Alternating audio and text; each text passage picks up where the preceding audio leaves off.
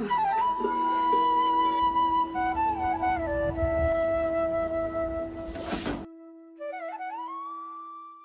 বন্ধুরা, আমি প্রিয়াঙ্কা। আমার নতুন একটা ইউটিউব ভিডিওর সঙ্গে তোমাদের সবাইকে জানাচ্ছি প্রচুর প্রচুর ভালোবাসা। আজ মঙ্গলবার, বেলা তখন ওই 10টা মতন বাজে। তখন গিয়ে আমি উঠেছি আজকে ঘুম থেকে, কারণ আজকে রাত্রেবেলার দিকে তেমন একটা ঘুম হয়নি একদমই। যেহেতু বাবানের কয়েকটা দিন ধরে প্রচণ্ড পরিমাণ শরীর খারাপ লাগছে, ওই জন্য সারাটা রাত তো তেমনভাবে ঘুম হচ্ছে না। ওই ভোরবেলার দিকে বাবান যখন ঘুমাচ্ছে তখন গিয়ে আমিও আর ওর বাবা একটু ঘুমাতে পারছি। ওর বাবাকে আমি খুব একটা ডাকতে চাই না রাত্রেবেলার দিকে, কারণ সারাটা দিন তো আমি তো বিশ্রাম নিতেই পারি বাড়িতে থেকে, কিন্তু ওর বাবা যেহেতু অফিস চলে যায়, ওখানে তো আর বিশ্রাম নিতে পারবে না। যতই কষ্ট হোক না কেন, কাজ তো করতেই হবে, আমাদের তো আর সরকারি চাকরি নয়। তাই বলে এটা আবার কেউ গায়ে মেখে নিও না যে সরকারি চাকরি যারা করে তারা কাজ করে না। অবশ্যই তারা কাজ করে, সকলেই খুব কাজ করে, কিন্তু ওই যে ছুটি তো নিতে পারবো না, না। আর ছুটি নিলেই তো মাইনে কাটা যাবে, যেহেতু আমাদের তো আর যেহেতু ওই যে বললাম গভর্নমেন্ট সার্ভিস নয় যেহেতু, তো সেই জন্য বাবাকে খুব একটা ডাকার চেষ্টা করি না আমি। যখন খুব এমার্জেন্সি দরকার পড়ে আমার তখনই ডাকি। যাই হোক, অনেকটা দিন ধরে ভাবছি, আলমারিটা তেমনভাবে গোছানো হয়নি, একটু অগোছালো, মানে খুব যে অগোছালো তা কিন্তু নয়, মানে অনেকটা দিন ধরে একইভাবে শাড়িগুলো রয়েছে। আর যেহেতু মাঝে মধ্যে শাড়ি ঠাড়ি এখান থেকে বার করা হতো, কেমন একটু লাগছিলো আমার দেখতে। মাঝে মধ্যেই চেষ্টা করি আমাদের জিনিসপত্র বা আসবাবপত্র যেগুলো আছে সেগুলো সমস্ত কিছু একটু পরিষ্কার পরিচ্ছন্ন করে রাখার। আর যেখানে আমি জামা কাপড়গুলো রাখি সেখানে একটু উল্টে পাল্টে একটু অন্যরকমভাবে রাখার। একইভাবে রাখলে না সবসময়ের জন্য আমার কেন জানি না ভালো লাগে না। তো প্রচুর শাড়ি জমা হয়ে ছিল আমার, তো তার মধ্যে জামদানি শাড়ি ঠাড়ি যেগুলো সেগুলো একটা সাইডে রেখেছে, সিল্কের শাড়ি এক সাইডে, আর এক পাশে রেখেছি সুতির শাড়ি। তো এই রাত্রেবেলার দিকে পরে গিয়ে আর ভিডিও কন্টিনিউ করতে পারিনি। এটা হলো তার পরের দিন সকালের ভিডিও। সকালবেলা ওইদিকে আমার শাশুড়ি মা একটু সেদ্ধ ভাত বসিয়ে দিয়েছে আর কি, আমার দেওর আর ননদ ওরা খেয়ে স্কুলে যাবে, আর আমিও তখন একটু চা করলাম। আমার জন্য চা করেই রেখেছিল। ওই যে বললাম আজকে দেরি হয়ে গেছিলো অনেকটা উঠতে, মানে এটা তো মঙ্গলবারের দিনকে ভিডিও, কিন্তু তার পরের দিনকে উঠতেও আমার বেশ খানিকটা দেরি হয়ে গিয়েছিল। তো যাই হোক, আজকে একটু সকালবেলার দিকে লিকার চাই খাই আমি, কিন্তু আজকে মনে হলো একটু দুধ চা খাই, ওই জন্য একটু দুধ চা করে নিলাম। আমার একার মতনই করেছি।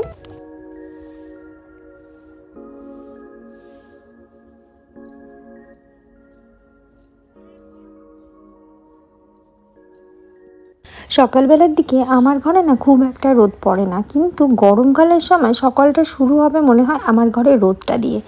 আর শীতকালে একটু রোদের দরকার। দেখো, শীতকালে বিন্দুমাত্র রোদ আমার ঘরে একদমই পড়বে না। এটা হলো আমার জায়ের ঘর, যেহেতু ও বাড়িতে থাকে না, সেই জন্য আমি সবসময়ের জন্য চেষ্টা করি ওর ঘরটাও একটু গুছিয়ে রাখার। আমার ঘরটার যখন গোছাই আমি সেই সময় গুছিয়ে রেখে দিই। তো বাবান ঘুম থেকে ওঠার পর তো আমি রান্নাঘরে চলে গিয়েছিলাম বাবানকে খাইয়ে দাইয়ে একটু চাটা খেতে। তারপর ওর ঘরে আসলাম, দেখলাম বিছানাটা একটু অগোছালো হয়ে রয়েছে, তো ভাবলাম বিছানা একটু ঝেড়ে টেড়ে দিই।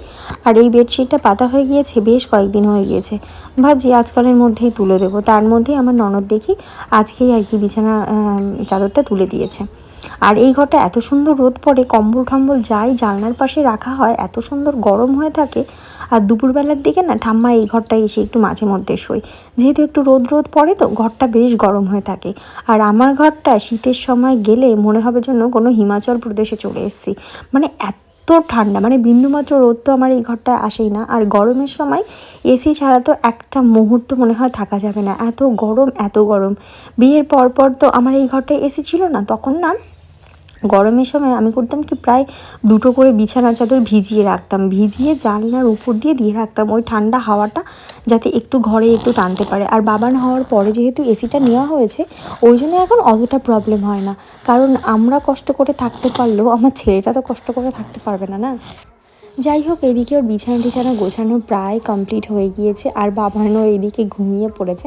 মানে বাবানকে ঘুম দিয়ে তারপরে আমি ভিডিও এডিট টেডিট সমস্ত কিছু আমি বাবানকে ঘুম দিয়ে তারপরে করি, তা না হলে ওর একটু প্রবলেম হয়ে যায়, যেহেতু ও একটু চঞ্চল বাচ্চা, তো ওই জন্য না ওকে নিয়ে সমস্ত কাজ আমার করতে ভীষণ প্রবলেম হয়ে যায়। তো বালিশগুলো খাটে রেখে আমার কেমন যায় না একটু অড লাগছিলো, ওই জন্য ভাবলাম না জানলার উপরটা তো পুরো ফাঁকাই আছে, জানলার উপরে রেখে দিই, বালিশগুলোও বেশ গরম হবে আর ঘরটাও বেশ ভালো লাগবে।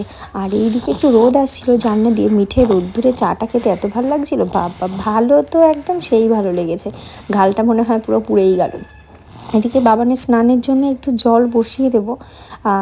জল ঢল একটু গরম করেই নিই এখন, কারণ রোদ্দুরে জলটা রাখার পরপরই আর না গরম হয় না, বেশ খানিকক্ষণ রেখে দেওয়া হয় কিন্তু তাও বেশ গরম হয় না। ওই জন্য অল্প একটু গরম জল করে তারপরে ওকে স্নানটা দিই। আর এদিকে আমার অনেক দিন ধরে ধনেপাতা বাটা খেতে ইচ্ছা করছিলো, মানে আমারই একজন ফ্যামিলি মেম্বারেরকে দেখেছিলাম আর কি এটা খেতে। তো ওইটা দেখে আমার এত, মানে বিশেষ করে বাটা ঠাটা জিনিস আমার এত পছন্দ হয়, ওই জন্য আগের দিনকে ওর বাবাকে বলেছিলাম বাজার থেকে একটু ধনেপাতা নিয়ে এসো। তো আজকে এটা বাটা করলাম, আমি আর আমার ননদ খেয়েছিলাম। আর এই দিকে একটু কী বসিয়েছিলাম, বাবানের জন্য একটু সুজি বসিয়েছিলাম। বাবান যেহেতু একদমই কিছু খেতে চাইছে না, কখনো ভাত ঠাত তো একদমই খাচ্ছে না। ওই যে বললাম বাবানের প্রচণ্ড শরীর খারাপ, ওই জন্য সকালের দিকে একটু আপেল ঠাপেল ফল ঠল এগুলো খেতে চাইছে, কিন্তু সলিড ফুড যেগুলো সেগুলো একদমই খেতে চাইছে না। ওই জন্য সমস্ত একটু খাবার দাবার না ওকে লিকুইড টাইপের খাবার দেওয়ারই চেষ্টা করছি। তো অন্য দিনকে মানে অন্যবার শরীর খারাপ হলে তাও সেরেলাক নেক্সট টাইম এগুলো খেতে চাই, কিন্তু এইবার একদমই খেতে চাইছে না। জাস্ট ফর্মুলা মিল্ক আর একটু ফলের রস টস এইগুলো, মানে পুরোটাই লিকুইড টাইপের খাবারই ও খেতে চাইছে। আর ওইদিকে বাবানকে ঘুম ঠুম দিয়ে আমি এখন ওই জামা কাপড়গুলো একটু ভাঁজ করে নিচ্ছি। অনেকগুলো জামা কাপড় জড়ো হয়ে গিয়েছিলো বাবানের, মাঝে যেহেতু একটু মেঘলা মেঘলা ওয়েদার ছিল, ওই জন্য একদিন আমি জামা কাপড় একটু জড়ো করেই রেখে দিয়েছিলাম।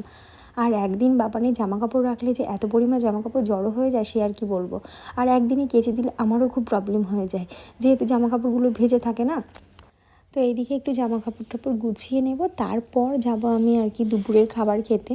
আর আমি যখন দুপুরে খাবার টাবার খেতে যাই তখন আমার যে দেওরটা থাকে, পুচকে দেওরটা, ওকে আমি ঘরে রেখে যাই সবসময়ের জন্য বাবানকে দেখাশোনা করার জন্য। তা না হলে ওর পাশের থেকে আমি মানে রাত্রেবেলা তো পুরোটা রাত মানে ওর সাইড হয়েই আমাকে শুতে হয়, না পারি পাশ ফিরতে, না পারি কোনো কিছু মানে ভালোভাবে শুতে, সারাটা রাত ওর দিকে ফিরেই শুয়ে থাকতে হবে। মানে বাচ্চাটা মানে এতটা কী করে মানে অ্যাক্টিভ হয় আমি না বুঝে পাই না, যে মা পাশের থেকে সরে গেলেই সেই বাচ্চাটা কিন্তু বুঝতে পেরে যাবে যে মা সরে গেছে বা কিছু এরকম, মানে কেন জানি না হয়ে থাকে। যাই হোক, এটা মনে হয় ভগবানই ওদের শিখিয়ে দেয়। তো যাই হোক, একটা ঘরের জন্য আমার একটা নতুন একটা আর কি ফার্নিচার নেওয়ার ইচ্ছা রয়েছে, তো ভাবছি নেব। কারণ আমার তো ঘরে আলনা ঠান্ডা নেই, আমি ডেলি ইউজওয়ারের জিনিসগুলো আমি শোকেসে রাখি। আর তোমাদের দাদাভাই যেহেতু অফিসে সবসময় পরে যায় জামা কাপড়, সেই জন্য ওরটাও শোকেসেই রেখে দিই। তো ডেলি ইউজওয়ারের জিনিসগুলো আমি ভাবছি অন্য একটা জিনিস কিনবো, সেইটাতে রাখবো, ওই ওয়ার্ড্রব মতনই কিনবো। আর বাবানেরগুলোও রাখা হবে, বাবানের জন্য একটা এক্সট্রা ওয়ার্ড্রব আমার রাখা আছেই।